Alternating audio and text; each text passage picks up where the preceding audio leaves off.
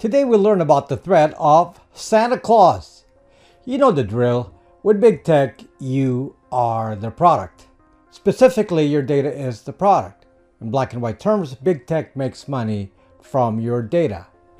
But regardless of the big tech company, the brains that create the big threat for all of our privacy are the data scientists who work for Google and others. One of the specific things that data scientists want to do is to act like Santa Claus by categorizing each of us into their naughty and nice lists. These scientists study the harvesting of data created by users on their platforms. They analyze this data to see if you've been good or bad. Ostensibly, this is a study of your behaviors to increase social activity on their platform or to target you with the correct ads. But nowadays, this data is also part of the mass surveillance and mass influencing that serves some other state or corporate purpose. In other words, this data is used to manipulate, to make sure you behave. Whether they call it a profile or a federated learning of cohorts or a Google topic, the reality is that each of us is partitioned into these lists. I'll be frank, some of you are incorrectly classified as violent extremists just from your Google search activity. In other words, you're in a naughty list, and obviously those in the naughty list become targets. I, for one, do not like to be in any list, especially a naughty list I cannot see.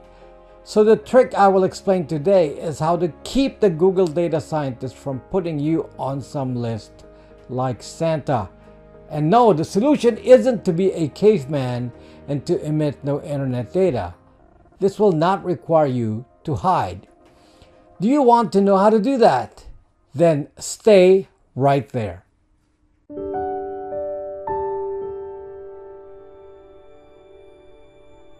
What I will explain today is not really rocket science, but will probably be difficult for many to grasp as far as implementation is concerned. The reason I'm focusing on the data scientists is to make it clear to you that the opposition is a smart cookie. So a simplistic analysis isn't going to cut it. Let's study the data harvesting problem in light of these data scientists. Data scientists at Google and Facebook, among others, spend their time looking for patterns. And obviously the goal is to predict behavior. For example, Facebook discovered that actively posting someone's birthday on your timeline causes people to react by wishing the friend a happy birthday message. The normie looks at this and says, social media is so nice, people are so kind. The data scientist looks at this and says, the human need is to be noticed, and wishing someone happy birthday likely means that person will wish you a happy birthday back on your birthday. In other words, tit for tat. A pretty mercenary way of looking at this, but that's the reality. Every interaction on social media is measured, and the platform is not doing something from the goodness of their heart. They are putting in features to manipulate you to interact. It is not organic. On Facebook, this is very easy to do since every action is clearly identified as being attached to a particular individual, and that individual's relationship to others is firmly stated by being a friend or even a more refined relationship like being a family member. This tracking of your data goes beyond just the platform. It crosses devices and platforms and now uses various recording techniques. Google and Meta are two entities that are able to track you over the entire internet, meaning outside of their platforms. Likely you do not even know what big tech knows about you. He sees you when you're sleeping. He knows when you're awake. He knows if you've been bad or good, so be good for goodness sake. Google specifically can track you in several ways. First, it can record your activities and everything you do in any Google platform, including Gmail, YouTube, Google Drive, Google Docs, Google Photos, Google Earth, and so on. Second, it knows your search activity via Google Search. Third, Google can see every website you visit and can see the interactions you do on those websites. On a phone, they can see the apps and interactions with those apps using app telemetry. You can see then that Google has a lot of data on you, but it goes way beyond that. What Google also sees are pieces of data that confirm who you are. For example, Google can see your IP address. They can see the device IMEI. They can get your exact location, often within 6 feet. And of course, they know your Gmail account. And this Gmail account is very important because to Google, this is your Google ID. Every interaction you do on your browser or app or phone is co-recorded with the Google ID. This Google ID is stored with a browser cookie or is retrieved directly from your phone. Facebook has a similar identifier and has a similar ability. In their case, it is the Facebook ID. But Facebook has an advantage in that they've crowd-verified this to match an identity in real life. The next step in the data collection process is when you do something outside of the Google or Facebook platform. In the case of Google, the Google ID is seen by embedded Google code in practically every website. This is in the form of Google Analytics or Google Ads. Third-party sites have embedded Facebook code as well with Facebook like buttons or Facebook logins. So let me summarize the harvesting of your data by companies like Google. Your actions are recorded in whatever platform, which is then observed by Google. Google then files that interaction away in your records based on the Google ID. And if you somehow log out of your Google ID, it can look for secondary identifiers that will point back to the original Google ID, such as the IMEI, IMSI, MAC address, IP address, and location. So to put this into a structured kind of format, what the data scientist seeks to embed into their system is a way to file the data showing some internet interaction and attributing that data to an identity. You not only have to have the observable data on the internet, but you must also have a matching identifier so that the data can be attributed to someone. This word is very important, attribution. This is a well-used term in cybersecurity, and this is because anyone can be a hacker, but the most difficult task in cybersecurity is to attribute the attack to a particular person, organization, or state player. You will see many cases where a hack is identified, and the various cybersecurity research will guess at the responsible party by looking for various clues. Often the clues are circumstantial and can be faked as well. Here's an example. There was a hack on data belonging to the Democratic Party. It then showed conversations involving presidential candidate Hillary Clinton. Now, the intelligence agencies quickly attributed the attack to Russia, and this was simply based on timestamps. They said that the files of the malware were timestamped, indicating the normal working hours of people in Moscow. However, one would assume that intelligence agencies would be smart enough to also know how easy it is to fake timestamps. In fact, it is no advanced technological feat to change timestamps in any file after the fact. The point of this description is that if you cannot pinpoint exactly who to attribute an action to, it is pretty hard to take action against anyone. Though it was politically expedient to claim a known attribution, some know in secret if they faked it or not. We would never know. In our day-to-day use of the internet, we leak identity information if we are not concerned about this. We are the opposite of the hacker. Look at this Google example. Let's say you logged into Gmail. You will at that point reveal your identity. Now you log out of Gmail. You would be wrong to assume you're safe now.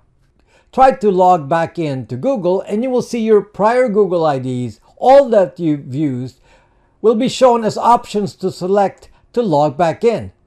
This means those prior Google IDs were stored by the browser and thus they can be passed to external sites using cookies. Let's look at a Facebook example. Let's say you temporarily log out of Facebook and cleared cookies. Then you go to a website with some Facebook code in it, like a Facebook like button. Now at this point, the Facebook embedded code can browser fingerprint you and store an identifier in a cookie, and that identifier is temporary. but it is associated with an interaction that is now in the Facebook's database. I discussed browser fingerprinting in other videos, but this is basically a technique advertisers use to uniquely fingerprint you even if you do not have a permanent identifier. Next, you log into Facebook again and the temporary identifier is discovered and is then matched to your Facebook ID. So a permanent identifier is now in the database to index the stored interaction. This is tricky stuff here. What I want to demonstrate to you here is that these data scientists are no dummies. They are finding ways to correlate data to identities. This gets even more sophisticated with techniques like cross-device tracking, which I explained in older videos.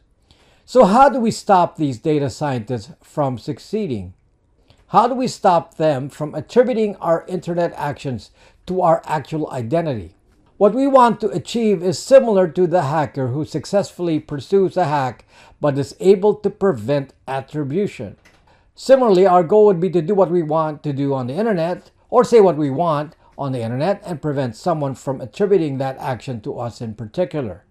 Can this be done? Yes, but your opposition is a data scientist, so don't expect it to be simple. There are several techniques I will discuss here. Remember though that this is a cat and mouse game with a scientist as your opposition. So a multi-pronged approach is needed. First technique is this. Do not log into Google ever on a particular assigned browser. My personal preference for this is Brave browser. Now what does this accomplish? Without a Google ID ever used on a browser, then that identifier can never be passed. You can use this browser for all internet activity not connected with Google. But this is also not enough. You also should use a VPN and deny location permissions to most sites you visit on this browser. You should also make sure you do not use Google search. Change your default search engine. The idea is that there's no way to correlate other metadata to some prior use of a Google ID. Then as part of this procedure, if you are going to use Google, for example, to go watch this video on YouTube while logged in, then do all Google logged in activities on a separate browser. I recommend you use Chrome. Now, it should be obvious that Chrome can see what you're doing. But Google already knows what you're doing on YouTube and on Gmail. But you will deny it the ability to observe your actions outside their platforms since you will observe this rule. Do not ever visit a non-Google site on this browser.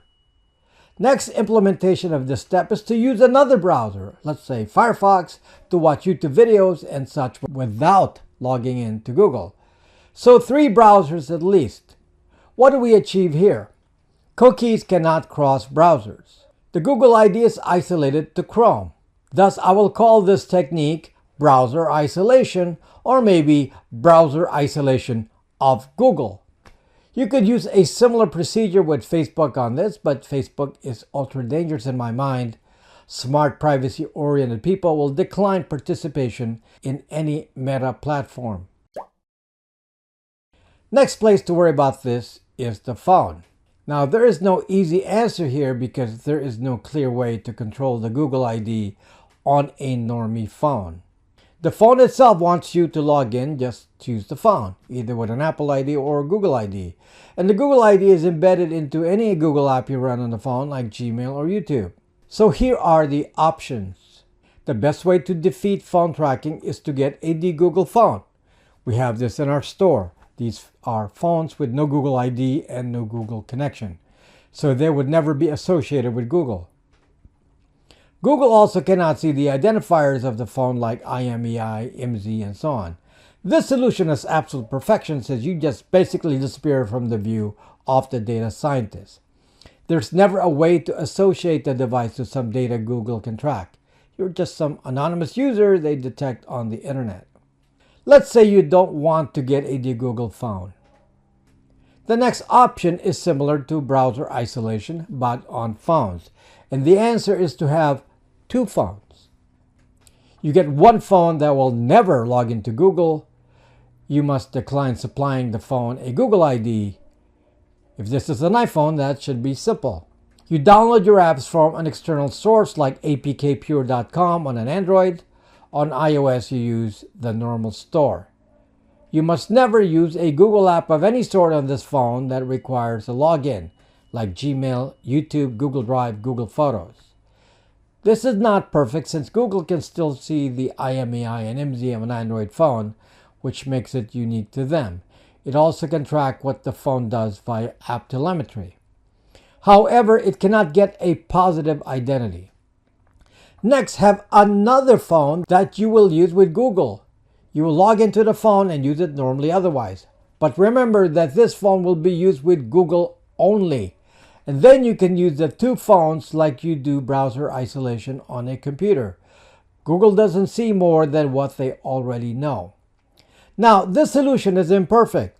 It will stymie the data scientists a little bit, but unfortunately over the long term, a match will be made based on an exact location and IP address, which will be very hard to hide when the two phones are always next to each other.